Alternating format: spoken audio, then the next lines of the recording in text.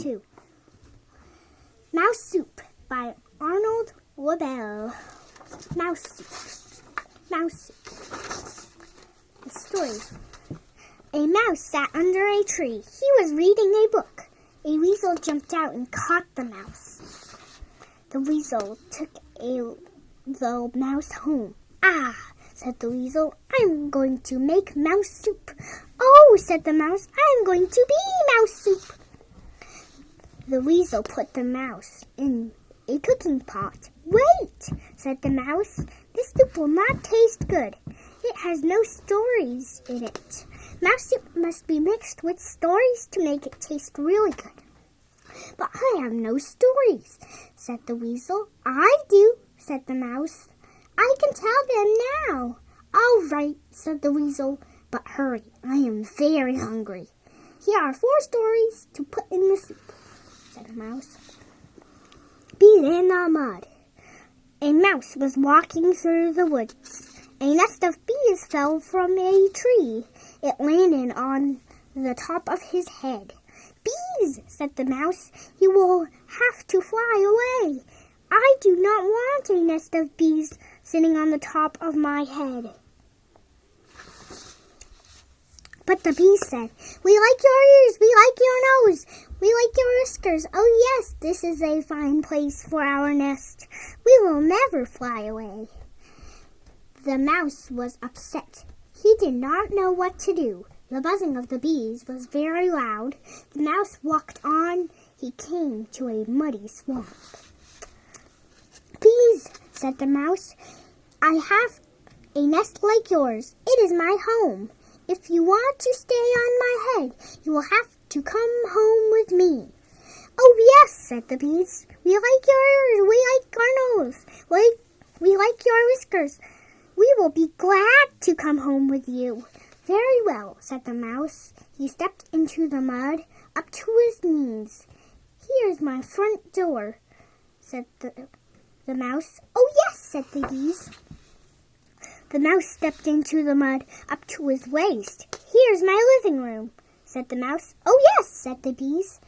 The mouse stepped into the mud up to his chin. "Here's my bedroom," said the mouse. "Oh yes," said the bees. "And now I will go to sleep," said the mouse. He ducked his head under the mud. "Oh no," said the bees. "We like your front door, we like your living room, we like your bedroom. But no, we do not like your bed." The bees jumped up into the air and flew away. The mouse went home to take a bath. 2 large stones sat on the side of a hill. Grass and flowers grew there. "This side of the hill is nice," said the first stone, "but I wonder what is on the other side of the hill."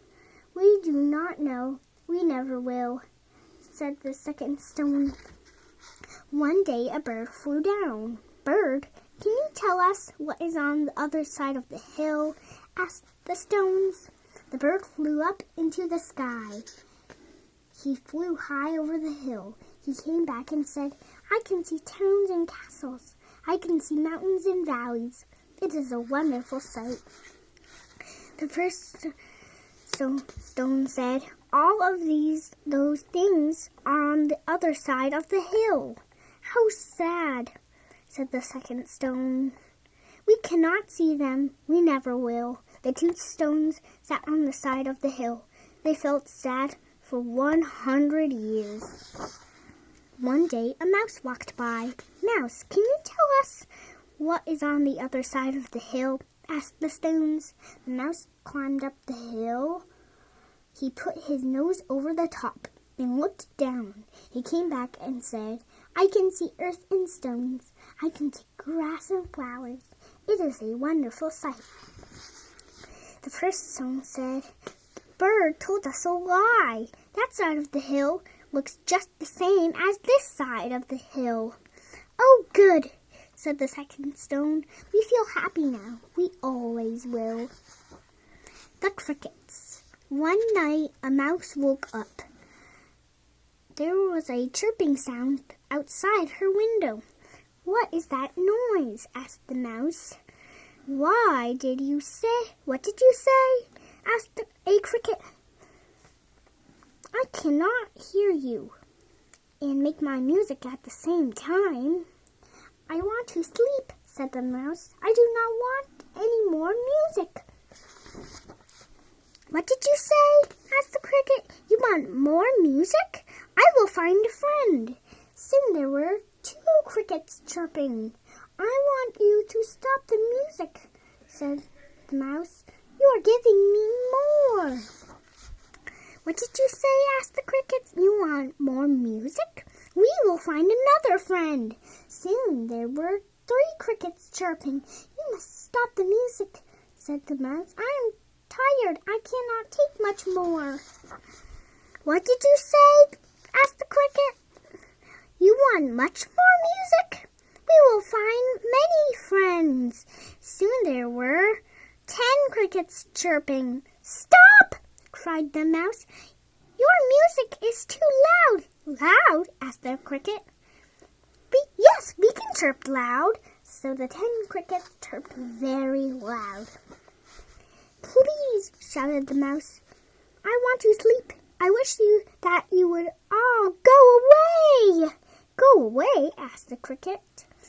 Why didn't you say so in the first place? We will go away and chirp somewhere else, said the 10 crickets. They went away and chirped somewhere else, and the mouse went back to sleep. The thorn bush. An old lady went to the door of her house. She was crying. A policeman came running. Dear lady, said the policeman, why are you crying? Come in, said the old lady. I will show you. Look, there is a thorn bush growing in my living room chair, said the old lady. How did it get there? Asked the policeman. I do not know, said the old lady. One day I sat down and something hurt me. I got up. There was a thorn bush. You poor lady, said the policeman. I will pull the thorn bush out of your chair. Then you can sit down again. No, cried the old lady. Don't do that.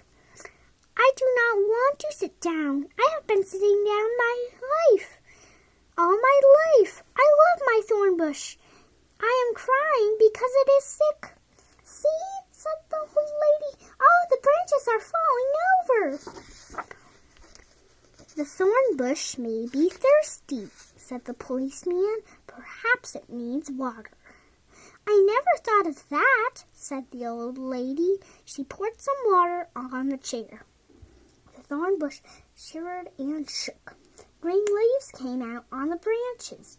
Little buds came out near the leaves. The buds opened up. They became large roses. Thank you, kind policeman, cried the old lady. You have saved my thorn bush.